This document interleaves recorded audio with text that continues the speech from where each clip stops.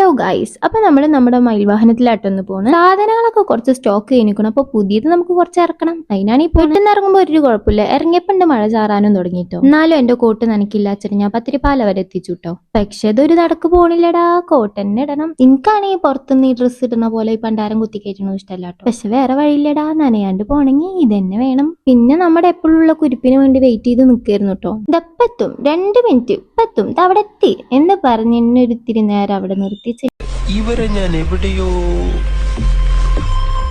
ഓൾക്ക് മഴയത്ത് പോണെന്ന് വീഡിയോ എടുക്കണത്രേ. എന്നെ പിടിച്ചോ. പിന്നെ വണ്ടിക്ക് താഴ്ചപ്പത്തിരി വെള്ളം കൊടുത്തുട്ടോ. അത് എന്ത് ജ്യൂസാണെന്ന് മണത്ത് നോക്കാണ് കേട്ടോ. എന്നിട്ട് അങ്ങനെ അവിടെ നിന്നും കയറി ഇതാ ഷോപ്പിലേക്ക് പോകുവാണ് കേട്ടോ. നമ്മള് നനഞ്ഞിട്ട് അവൾക്ക് കോട്ട് ഊരി കൊടുക്കാൻ, അവളുടെ പാന്റ് താഴ്ത്തി കൊടുക്കാനൊക്കെ ഇന്ന വേണത്ര അവൾക്ക്. ശരി, അങ്ങനെ നമുക്ക് വേണ്ട സാധനങ്ങളൊക്കെ ഉണ്ട് പേർക്ക് വാരി ഇതാ ബില്ലടിക്കാൻ നിന്നുട്ടോ. അങ്ങനെ അവിടെ നിന്നും ഇറങ്ങി നമ്മൾ ഈ സാധനത്തിനെ കൊണ്ട് പുറത്തിറങ്ങി കഴിഞ്ഞാൽ 5 മിനിറ്റ് കഴിയുമ്പോൾ പറയട്ടോ വിശക്കണു.